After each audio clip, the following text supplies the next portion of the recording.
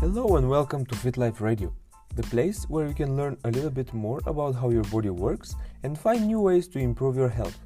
I'm your host Petio, and I hope to provide you with as much valuable information and inspire you to become a better version of yourself. What's going on, people? Welcome back to another episode of Fit Life Radio.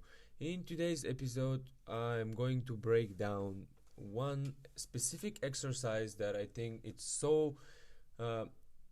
not that important, but it's so impressive. And for me, it's actually a great way to strengthen your entire body. And this is why actually today I'm going to focus on pull-up. And I'm actually going to try to convince you by giving you 5 good reasons why you should basically learn to do the pull-up.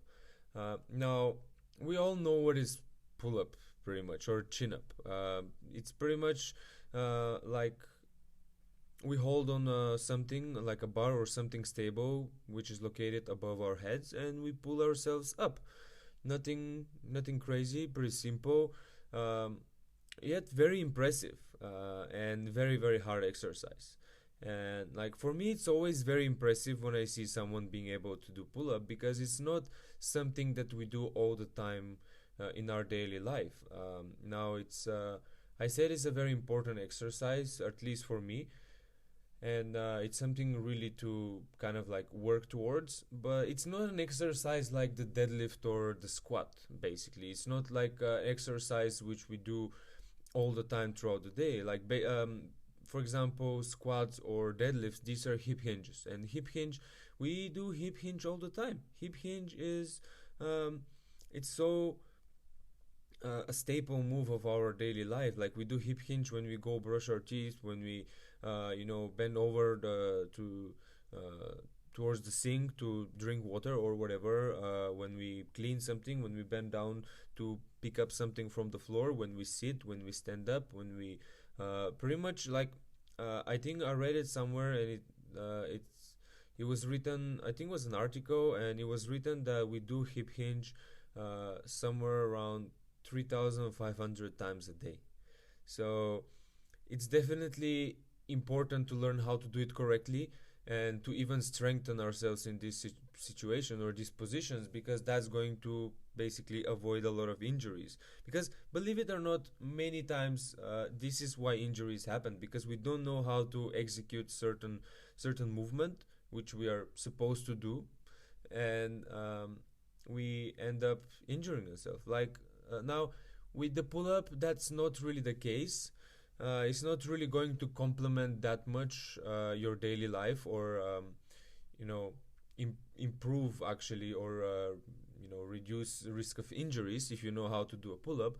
However, I'm going to share with you a story that I reference quite a lot, and I think it's a very good story that happened to me, and I like to reference it because it shows that in certain situations, actually being able to basically hold yourself onto something, and being able to pull yourself up, or at least hold it with your hands, it can be quite beneficial, and it can save you from a lot of injuries. So this is why I decided to break it down and kind of give you 5 reasons why you should do it.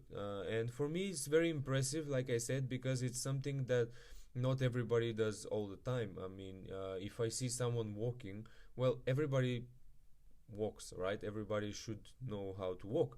But to see someone doing pull-ups, and especially females, like it's super impressive, at least for me. So from maybe because I know how hard it is and how long it took me, as someone trying to perfect it, and that's why I appreciate it, and that's why I think it's very impressive. But still, like I've seen a lot of people being so impressed seeing other people doing pull-ups, or even muscle-ups, or some other types of progressions. So anyway, let's get to the 5 reasons. So the first, number one reason, I think, and the most important, I think, reason for me, is that it gives you a pretty good practical strength. So well, like I said, being able to hold yourself and pull yourself up is not gonna happen all the time. But if it happens, I think it's pretty cool to be able to use that strength to pull yourself up. Like, um, it might be stupid from my side, but I kind of always um, picture myself being in those type of situations where basically like you know having to, like, I don't know, hold on to something, or save someone else's life this way. Basically, like, there are a lot of movies, kind of like action movies, and the the main character is like saving someone else's life, or being able to hold on something and pull themselves up. So I know it's a movie, but I always thought to myself, okay, so if I ended up in like a situation like this where I have to hold to with one hand to a cliff or whatever, being like, I don't know, 1500 whatever meters, like, high somewhere, and if I'm having to also or like if I ended up in that kind of situation where basically like someone else's life depend on how, like, uh, strong my grip is, or like how, if I'm able to pull myself up or to pull someone else up. um, I always picture myself like, and I always thought to myself, well, yeah, okay, like it's probably never gonna happen, but what if it happens? I really don't want to be the one that, kind of be responsible for someone else dead this way, or for no for not being able to pull myself up, and this because of my death or something like this. And I know it's super stupid, but I always thought of it like a as a interesting explanation, or at least to myself, and this is one of the reason why I was motivated to do it, because I think it would be so cool and it would be so useful to be able to do that.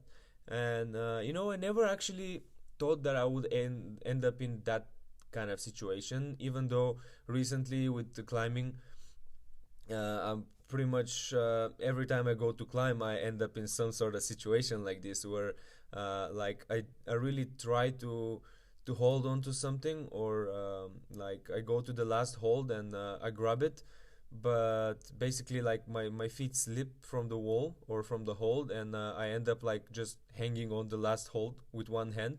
So it's not that high, it's like 2 3 meters, but still, like the objective is to touch the last hole with both hands. So I'm standing there like grabbing and squeezing the last hold with my hand, and like I'm pretty grateful that I have the strength to be able to do that, and to be able to execute that kind of move.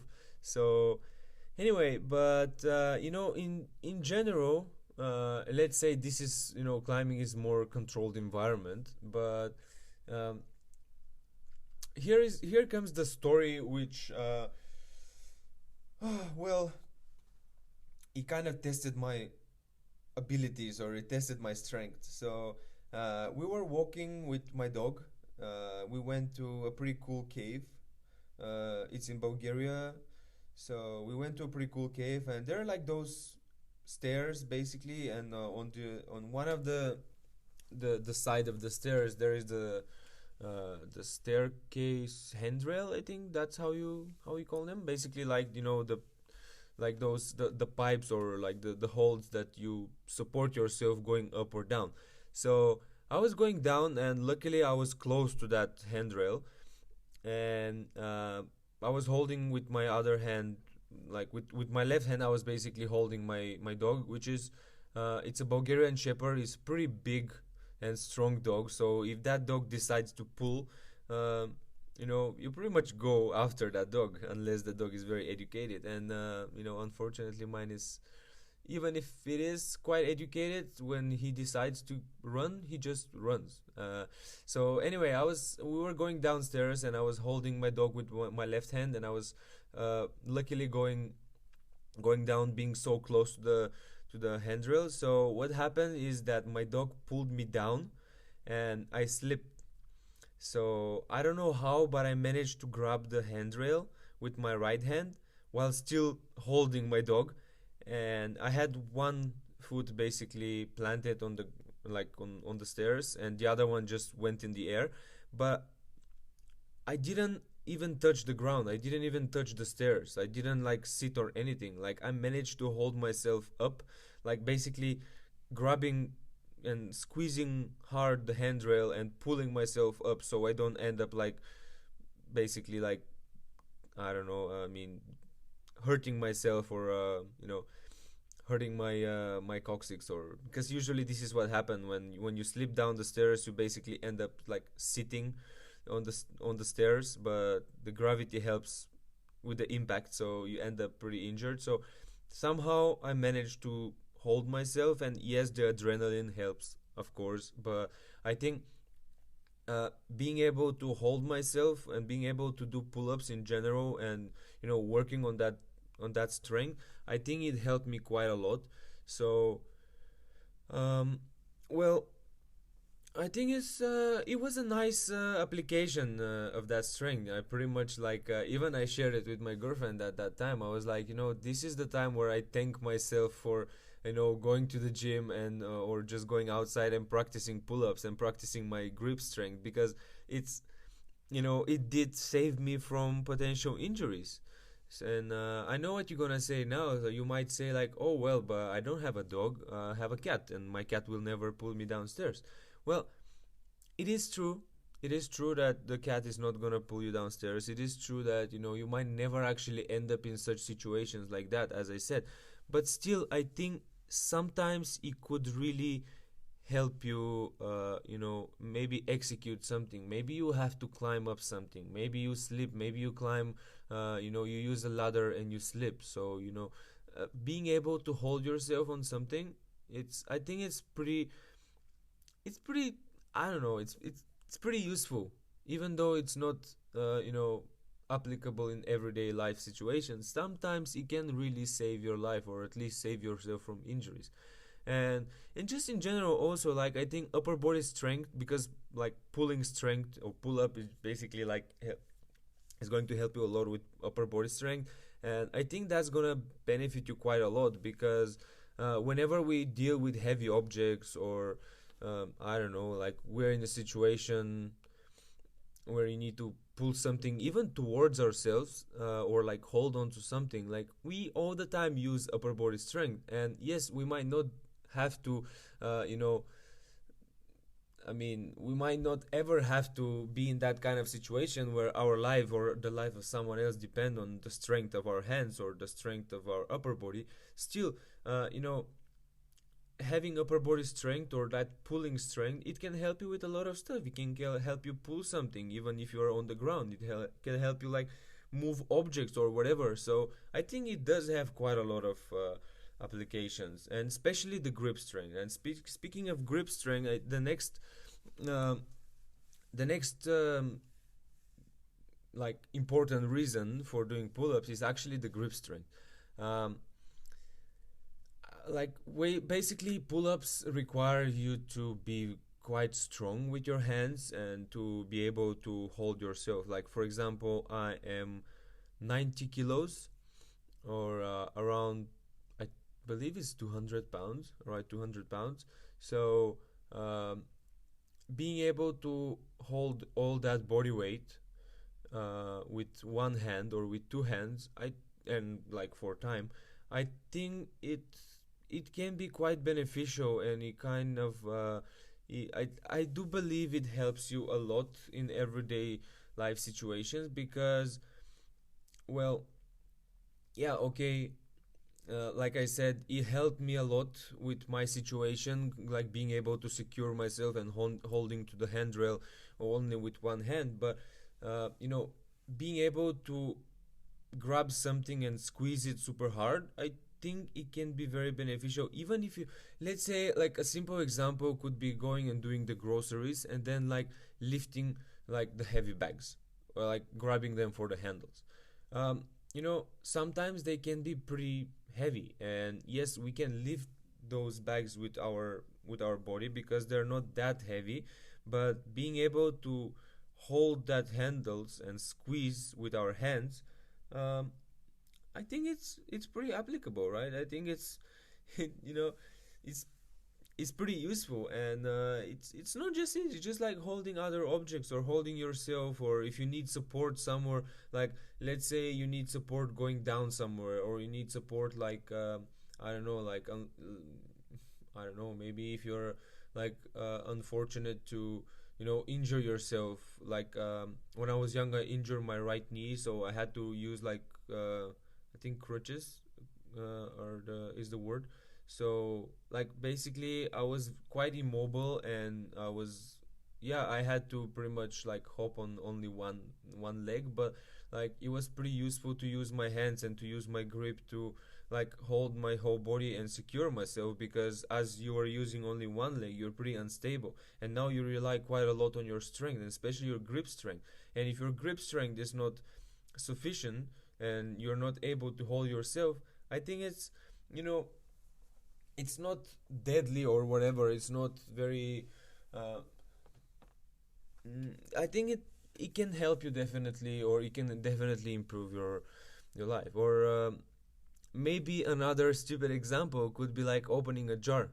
uh, well, instead of having to ask someone, can you please open the jar for me, especially like it happens, I think a lot, at least I've been asked a lot from like females, can you please help me open the jar, or can you please help me open that bottle because I can't. Well, guess what? If you increase your grip strength, you're never going to have to ask someone else to open that jar for you. So you'll never have to depend on someone else for this. And I know it's a very silly and stupid example, but uh, well, it could be, it could be quite beneficial. It could be quite rewarding. So, if you want to, like, I think pull up is one of the best ways to improve your grip strength, because over time you're going to be able to hold on more and more and more, because it's just a requirement. But if you want to improve your grip strength without practicing pull ups, I actually wrote a blog called How to Improve Your Grip Strength. So if you're interested, you can go to my website and search for that. Like, I think you will, everybody is going to benefit from grip strength, and if you don't want to practice pull-ups, definitely check it out. I think you're gonna be you will find it beneficial. Now, moving on to the next one. The next one is improving posture. Now, believe it or not, doing any sort of upper body exercises, and especially pulls, it's going to be beneficial for your posture, because well, the way it works, or the most common bad posture that we see, and probably everybody on this planet have, is the upper cross syndrome. Upper cross syndrome is basically those rounded shoulders going like, you know, like it's a rounded shoulders, it's a forward shoulders, it's a rounded upper back, it's forward head, and basically if you picture a guy who works in the computer like 12 hours a day, this is the upper cross syndrome. Like, I'm gonna try to put it this way. So what happens with this type of posture is that we lose the ability to use our back muscles, and we get more and more tight with the muscles that are pushing. So like the shoulders, the trap muscles, the chest, those muscles get super tight and tense, while the muscles on the back, which are supposed to pull our shoulders back and extend the upper body, are basically getting they're getting more lazy, or they're not involved as often. So practicing pull up, or any sort of upper body strength exercise, or any sort of like pulling exercise, is going to be beneficial. But like, practicing pull-ups can be very very beneficial in this, because it works specifically on those muscles. It's a very hard um like it's a very demanding, very strength based upper body exercise. It requires you to really connect with all the muscles on the back and like pull yourself hard. And also, like, you can't really pull yourself up if you're in this rounded position, so it promotes better posture anyway. It promotes like more extension of the back while doing the exercise. So I think, of course, it's not the greatest exercise for improving posture. There are thousands of other exercises that you can uh, like use to improve your posture, and there that's for another blog or another podcast. But um, it can it can be super super beneficial for the posture if you just decide to do that, but anything else. So I highly suggest you, if you want, at least try it. And you might actually have the strength to do a few pull-ups, but if you do commit to learn the proper technique, you will see great benefits to your posture without actually having to spend extra time of correcting and doing correctional exercises and mobility exercises. Now, mobility exercises are so important, but not everybody has the ability or the time to do like all those things in once. So just by doing pull-ups, it can be very very beneficial for everybody's posture and strengthening the upper body and the back muscles. So um, I think it's a very good way to do that. And speaking of muscles on the upper back and improving posture, there are actually people who are training. There are actually people just like myself, kind of like fanatics, or people who want to get more muscles or get more strength. um, and I think it's a great way, or it's just another way to train your back, because we all know um, the typical back exercises, which are every type of rowing exercises, deadlifts, barbell row, dumbbell row, you know, like any sort of pullovers, or there's so many exercises that you can do to develop your back in the gym. But in fact, well, if you don't have access to a gym, there's nothing stopping you from actually, still hitting your back, still training your back, still improving your upper back strength. And the thing is, every exercise comes with a carryover. Every exercise hits your back differently. So you might be able to do, I don't know, like 200 kilo deadlift, but you might not be able to do one single pull up because it's just different exercise. And there is tremendous value of trying to achieve it, because it's just going to hit your back from completely different angles, and it's going to improve your strength from different angles as well. So for me personally, when I unlock the pull up, I just put another tool in my toolbox with back exercises. Honestly, I was able to do it uh, pretty much everywhere. If I don't have access to a gym, in fact, this summer I accompanied my girlfriend in Germany for her internship, and I didn't have access to a gym, so, and they were all closed anyway. But basically, what happens is I went to a small stadium, and I used the football, how do you call them, the football doors or whatever. So I used the frame there to do pull-ups, and I just did pull-ups, like pull-ups, chin-ups.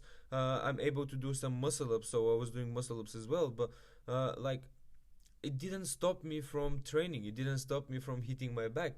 Like and and that's the beauty of it, because being able to do it, it doesn't stop you from growing and from achieving those stuff. And it gives you versatility, to be honest. Like, it gives you other ways of training. It gives you interesting ways of training, because you know like I said, if you don't have access to a gym, there's so many other ways. Like, there are a lot of parks with kind of street fitness equipment, or just like pull-up bars. There are even you can even buy it. I think it's like something around 20 euros, $20, something around um, this price range, like somewhere between 20 to 40, I would say. But it's basically like a bar that you can attach to every door in your home, and you have a pull-up.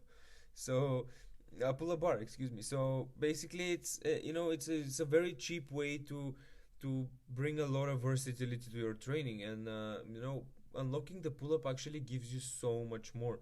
It gives you a lot of strength. It gives you a lot of scapular strength. It gives you a lot of control. It gives you a lot of like grip strength, like I said. So, and not only this, like for someone who is training, you know, doing pull-ups or chin-ups, this hits your biceps like crazy. Like I remember, uh, I think I spent like 90 days doing only three exercises, I believe it was, or maybe four exercises. So it was it was very simple. It was some sort of like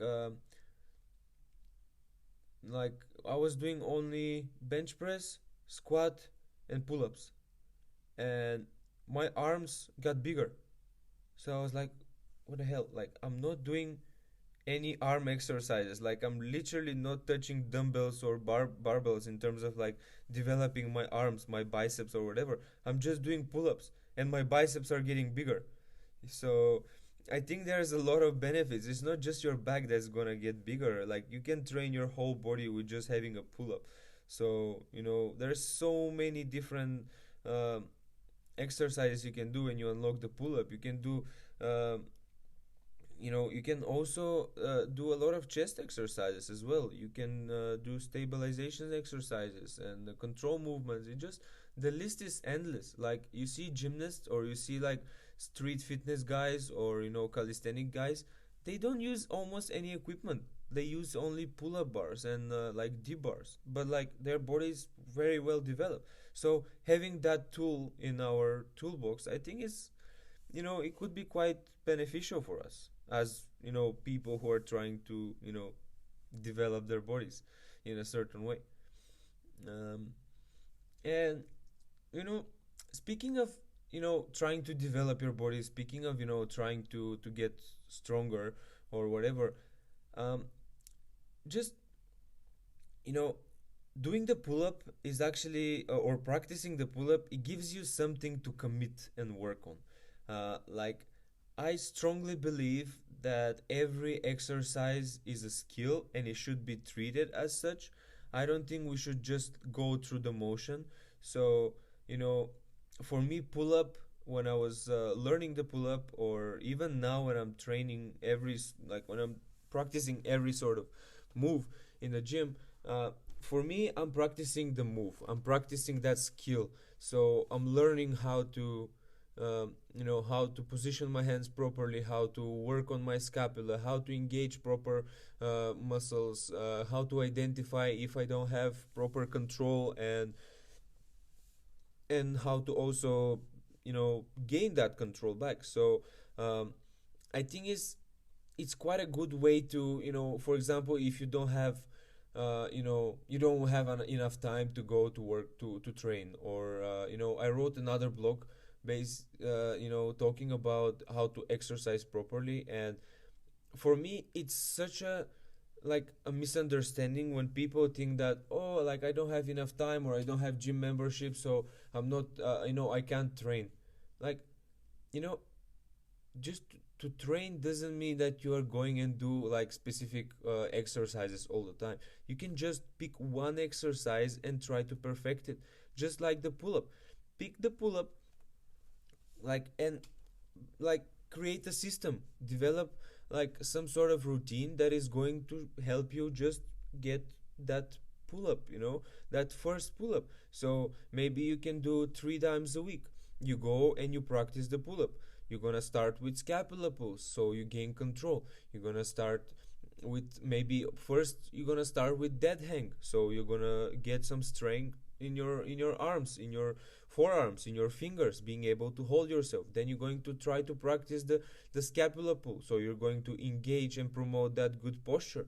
Then you're going to maybe use a resistant band to help yourself, or the best would be actually to get like a raw strength by just doing negative pull-ups. So you're basically jumping and you are trying to hold and resist the negative part of the pull-up, and this is going to give you a lot of strength. So you don't have to do countless of like thousands of exercises to get ready, or to get like, you know in a better condition or whatever. You can just pick one exercise and try to look at it as a skill. Just so if you try to learn anything else, let's say you want to learn how to play a piano, you're going to practice the damn piano every day or like few days a week, and you're trying to break down the, you will try to understand the process, you will try to understand how it works, and you will try to like set yourself like small goals, um, and eventually you will piece all that together, and within like 3 months or 6 months you will be able to maybe play something.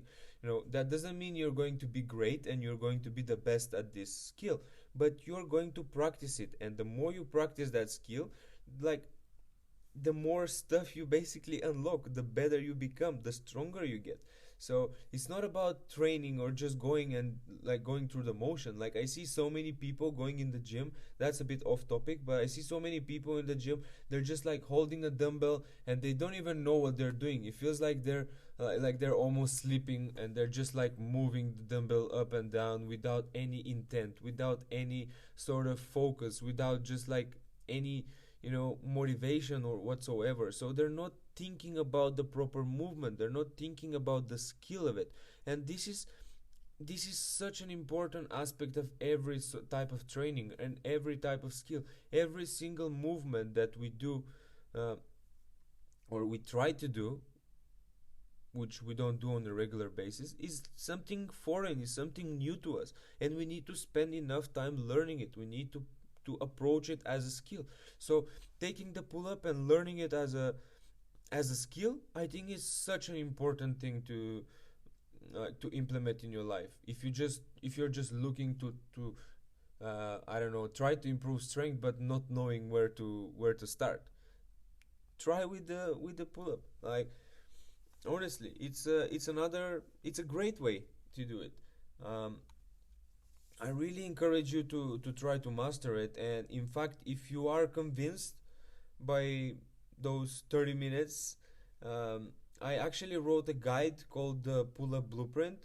It's absolutely free. You can download it from my website. If you go to fitlifeblueprints.com, uh, and then go to the free resources section, uh, download it, and I try to do my best to break down the pull up, explain it, and give you the steps that you should go through, at least in my opinion, because this is how I learn it, and this is how I'm even practicing it now. This is how I'm approaching it as a skill. So if you're interested in learning it, definitely go and check it out. I think mm, you will appreciate it. You will find some benefit in it. So this is it, guys.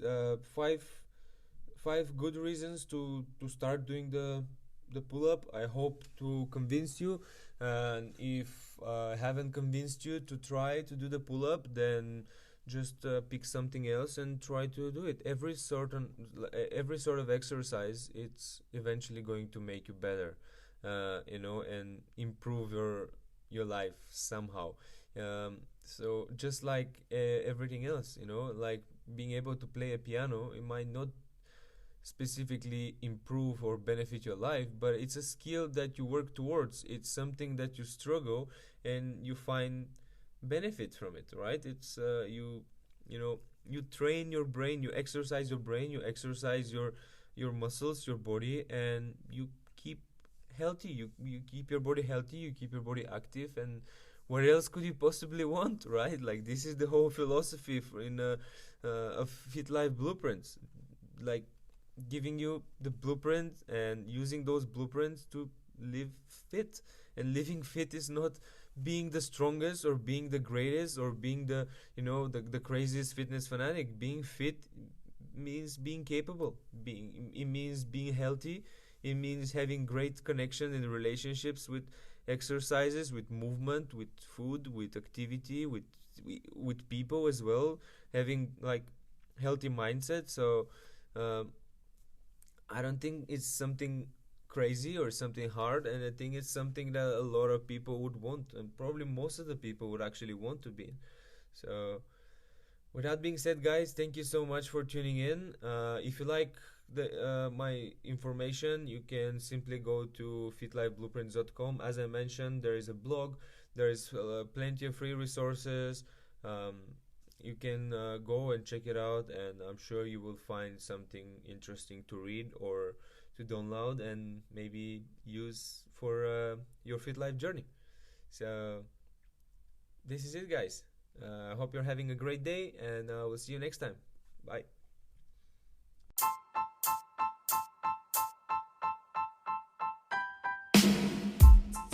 Thank you for tuning to Fit Life Radio. I hope you learned something useful or at least had a bit of color to your commute. If you enjoyed the show, please share the love by introducing it to friends and family. And if you don't mind, please leave a review on your favorite podcasting app. Thank you for your support, and until next time, stay fit.